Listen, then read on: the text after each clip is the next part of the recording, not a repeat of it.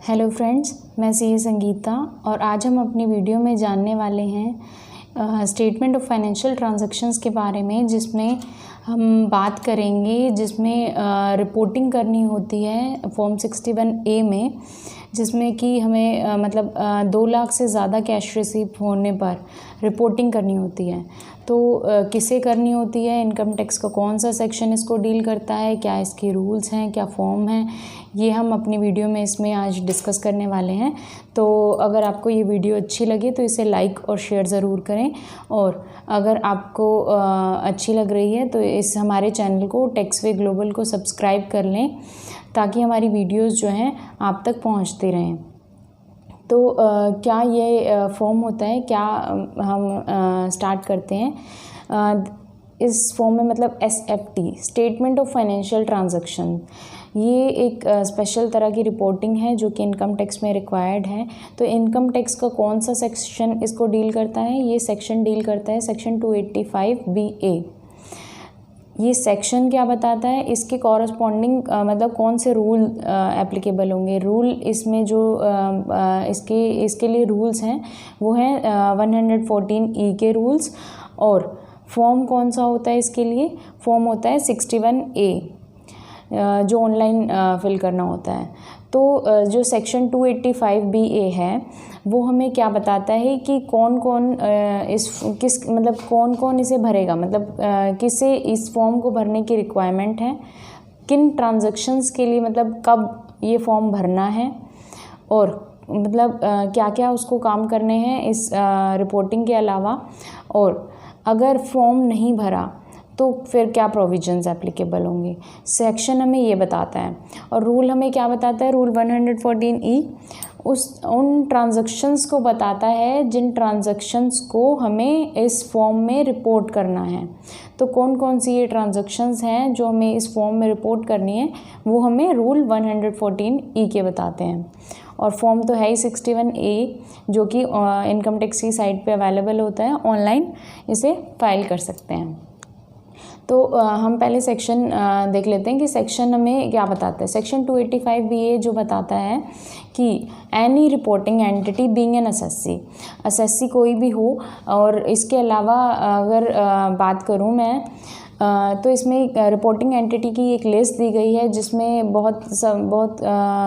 बहुतों को करनी होती है फाइल। इसमें सेबी भी है, RBI भी है, और प्रेस्क्राइब्ड फाइनेंशियल इंस्टीट्यूशंस जिसमें बैंक वगैरह आ जाते हैं।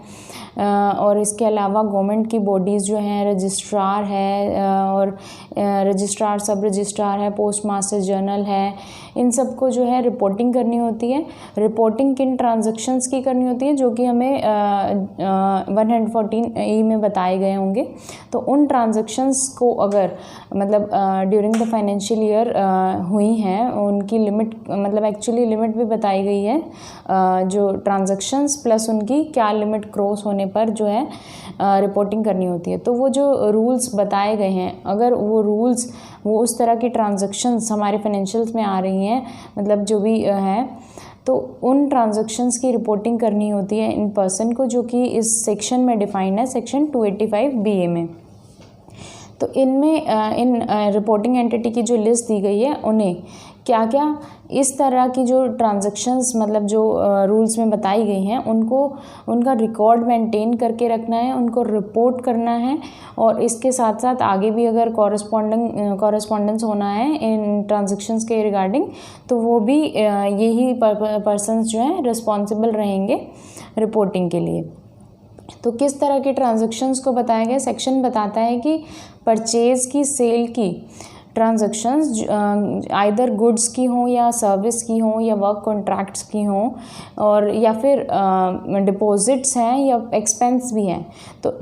इस तरह की ट्रांजैक्शंस हैं। तो इस तरह की ट्रांजैक्शंस जो कि रूल 114E में बताई हैं, जिनकी लिमिट सेट की गई है कि इस लिमिट के क्रॉस करके ये स्पेसिफाइड ट्रांजैक्शंस हैं। तो इस तरह की जो ट्रांजैक्शंस होंगी उनको रिपोर्ट करना होता है। और अगर ये रिपोर्ट जो है मान लो सेक्शन में जो बताया था उसके अकॉर्डिंग मतलब फ़ाइल कर दी हैं, पर्सन ने फ़ाइल कर दी है, बट डिपार्टमेंट को लगता है कि उसमें कुछ गलत है और डिपार्टमेंट ने नोटिस भेजा है, तो फिर उस डिपार्टमेंट उसे 30 दिन का टाइम देता है कि उसके 30 दिन के अंदर अंदर उसे रिप्लाई करना होता है। और अगर उसने फ़ाइल ही नहीं करी है, मतलब जो भी ये रिपोर्टिंग एंटिटी हैं जिनको ये रिपोर्ट करना है, उन्होंने फ़ाइल ही नहीं करी और डिपार्टमेंट को लगा कि नोटिस भेज के दिया उन्होंने कि आप इसे फ़ाइल करो स्टेटमेंट को, तो वो भी 30 दिन का टाइम तब मिलता है कि 30 दिन के अंदर अंदर जो है उन्हें इन ट्रांजैक्शंस को रिपोर्ट करना होता है। और अगर रिपोर्टिंग एंटिटीज़ को लगता है कि हमने फ़ाइल करी है लेकिन हमने कुछ शायद गलत इन्फॉर्मेशन दे दी है, तो सेक्शन ये बताता है कि 10 दिन के अंदर अंदर जब ये स्टेटमेंट फ़ाइल कर दिया आपने, तो उसके 10 दिन के अंदर अंदर आप इसको करेक्ट करके जो है रिवाइज़ कर सकते हैं। तो सेक्शन ने तो बताया हमें कि किन पर्सन को, मतलब कौन सी रिपोर्टिंग एंटिटी जो डिफाइन है उन्हें रिपोर्ट करना होता है, किन ट्रांजैक्शंस के लिए। यहाँ पे सिर्फ बताया गया है कि परचेज सेल की ट्रांजैक्शन या एक्सपेंस या फिर डिपॉजिट्स, किसी तरह की भी ट्रांजैक्शंस जो कि प्रॉपर जो लिमिट बताई गई है वो रूल्स में बताई गई है कि क्या ट्रांजैक्शंस और किस लिमिट पर क्रॉस होने पर जो है वो रिपोर्टिंग करनी होती है, तो वो रूल्स वो हमें बताएंगे।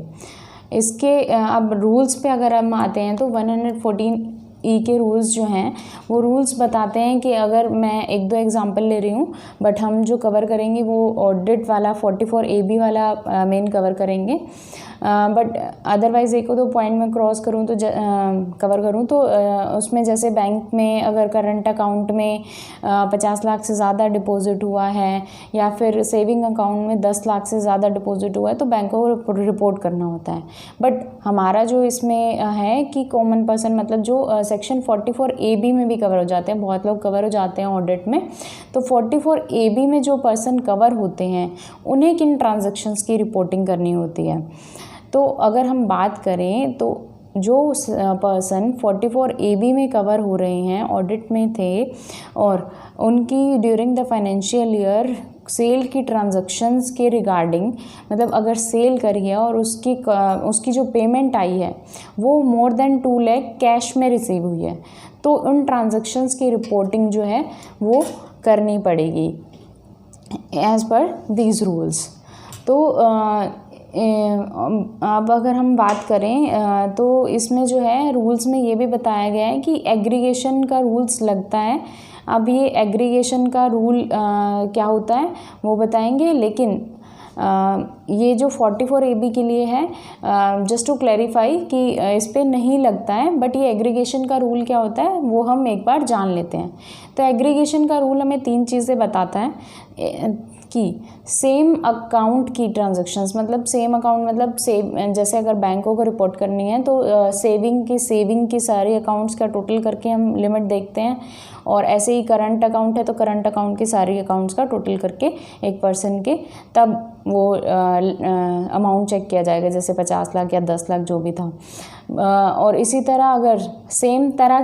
ट्रांजैक्शंस लाइक, मतलब अगर डिपॉजिट्स है तो डिपॉजिट्स ही देखेंगे, विड्रॉल्स है तो विड्रॉल्स की लिमिट ही देखी जाएगी। तो वो और अगर मोर देन 1 नेम से मतलब अकाउंट है, जैसे कि कैसे हो सकते हैं, जैसे एक तो खुद के पर्सन पे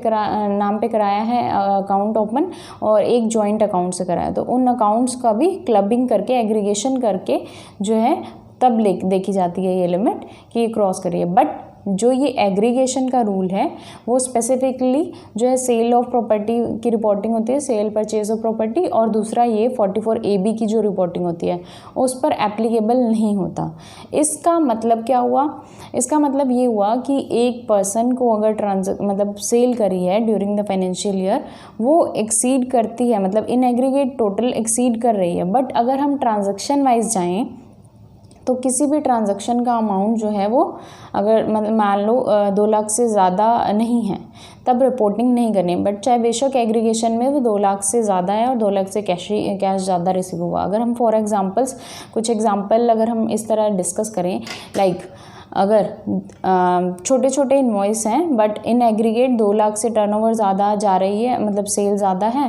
किसी एक वेंडर को और किसी एक पार्टी को सेल 2 लाख से ज़्यादा है, और उसी के अगर हम कॉरस्पॉन्डिंग बात करें तो कैश में हमें रिसीव हुआ है,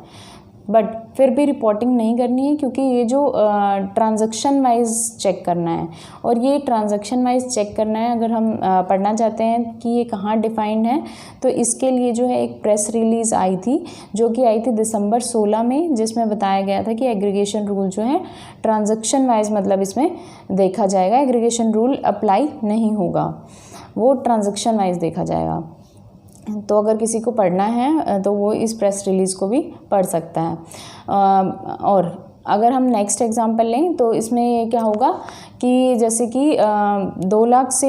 ज़्यादा है बट सारा का सारा बैंक में रिसीव हुआ है, तब भी रिपोर्टिंग नहीं करनी है। और इसके अलावा अगर हम 2 लाख से ज़्यादा की टर्नओवर है एक इनवॉइस पर और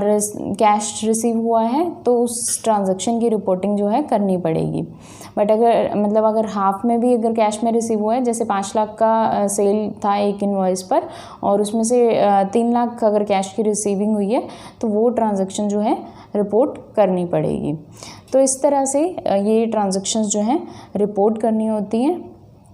और इसमें जो है अब ऑनलाइन इसमें फॉर्म अवेलेबल होता है इनकम टैक्स के साइट पे, फॉर्म 61A होता है जो फिल करना होता है, ऑनलाइन इसको फिल कर सकते हैं। और अगर मान लो अब आपके माइंड में क्वेश्चन आता है कि इस तरह की ट्रांजैक्शन अगर नहीं है हमारे पास कि 2 लाख से ज़्यादा कैश हो, मतलब सेल के अगेंस्ट और कैश भी 2 लाख से ज़्यादा रिसीव हुआ है, तो ऐसी ट्रांजैक्शन नहीं है, तो क्या हमें निल की रिटर्न फाइल करनी है, मतलब निल स्टेटमेंट जो है ये निल फाइल करनी है। तो वैसे तो अगर एक प्रेस रिलीज़ आया था जो कि मैं डिस्कस करना चाहूँगी, ये आया था मई 17 में, जिसमें बताया था एक्चुअली जब हम इनकम टैक्स की साइट पे जाते हैं तो इसमें जो है इसे स्टेटमेंट को फाइल करने से पहले हमें रजिस्टर करना होता है। और जो प्रेस रिलीज़ मैं आपको बता रही हूँ कि मई 17 में आया था, उसमें ये बताया गया था कि जो ये रजिस्टर की रिक्वायरमेंट है और रजिस्टर करके जो एक नंबर जनरेट होता है वो नंबर ITDREN नंबर, तो वो जो जनरेट करने की रिक्वायरमेंट किसको है, जिसको एटलीस्ट 1 ट्रांजैक्शन जो है रिपोर्ट करनी है। मतलब अगर देखा जाए, अगर इससे अगर हम कंक्लूजन निकालने की कोशिश करें तो अगर कोई ट्रांजैक्शन नहीं है तो रजिस्टर करने की रिक्वायरमेंट नहीं है। बट अगर हम पेनल्टीज़ की तरफ देखें कि इस स्टेटमेंट को फाइल ना करने पर क्या क्या पेनल्टीज़ हमारी लगेंगी, तो पेनल्टीज़ जो हैं वो अगर हमने बिल्कुल स्टेटमेंट फाइल नहीं करी है तो 500 पर डे पेनल्टी लगती है, क्योंकि जो इसकी लास्ट डेट है वो 31 ऑफ द मई ऑफ मतलब ऑफ फाइनेंशियल ईयर ख़त्म होने के बाद जो 31 मई पड़ेगी, तो उस पर जो है इसकी डेट रहती है। तो अगर हम बात करें तो 19-20 की जो डेट है वो 31 मई, ये 31 मई है, अभी कुछ ही दिन रह गए हैं, तो आपको ये ट्रांजैक्शंस चेक भी करनी होंगी। तो अगर मतलब ड्यू डेट जो है बहुत नज़दीक है, तो इसलिए ये वीडियो भी थोड़ा सा इम्पोर्टेंट हो जाएगा अभी। और अगर मतलब अभी हमने डिस्कस करी पेनल्टीज़, तो पेनल्टीज़ अगर हमने स्टेटमेंट बिल्कुल फाइल नहीं करी है तो 500 पर डे है। बट अगर डिपार्टमेंट ने हमें नोटिस दिया, डिपार्टमेंट ने जैसे कि सेक्शन में बताया गया था कि अगर हमने खुद नहीं फ़ाइल करी बट डिपार्टमेंट को लगता है कि नहीं तुम्हारी ट्रांजैक्शंस हैं और तुम्हें फ़ाइल करनी चाहिए स्टेटमेंट, तुम फाइल करो, नोटिस देके वो स्टेटमेंट फाइल करने के लिए बोल सकते हैं। देन जो पेनल्टीज़ हैं अगर हमने देन तब नहीं फाइल करी तो 1000 पर डे पेनल्टी है, मतलब डबल पेनल्टी है। और अगर सेक्शन एक और 271FAA है, उसमें जो है बताया गया है कि अगर आपने स्टेटमेंट फाइल कर दी थी बट अगर गलत फाइल करी है, तो जो गलत फाइल करी है उसकी मैक्सिमम पेनल्टी जो है 50,000 है। तो इसीलिए मैं तो मतलब एज़ पर माई ओपिनियन कि स्टेटमेंट फाइल करनी है या नहीं करनी है निल की, तो अगर आपको लगता है कि कोई ट्रांजैक्शन है नहीं तो निल की स्टेटमेंट जो है फाइल कर देनी चाहिए, मतलब कर सकते हैं, क्योंकि इससे एटलीस्ट हमारी अगर मान लो गलत भी कोई ट्रांजैक्शन रिपोर्ट है तो बट पेनल्टी जो है वो लिमिट सेट हो जाएगी, एटलीस्ट 50,000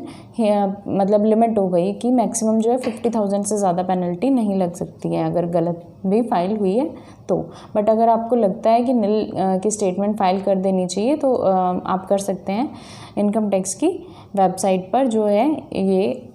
जा कर के ऑनलाइन फॉर्म फिल करके। तो हम एक बार समरी कर लेते हैं कि क्या क्या है कि 44 AB में जो पर्सन कवर हो रहे हैं उनको सेल की ट्रांजैक्शंस चेक करनी है। कोई भी इनवॉइस अगर 2 लाख से ज़्यादा का है, जिसके अगेंस्ट 2 लाख से ज़्यादा का कैश रिसीव हुआ है, तो उन ट्रांजैक्शंस की रिपोर्टिंग करनी है। ये रिपोर्टिंग करनी है, लेकिन इसकी लास्ट मतलब जो इस फाइल स्टेटमेंट को फाइल करने की लास्ट डेट है वो 31 मई है। ये 31 मई है। तो हमने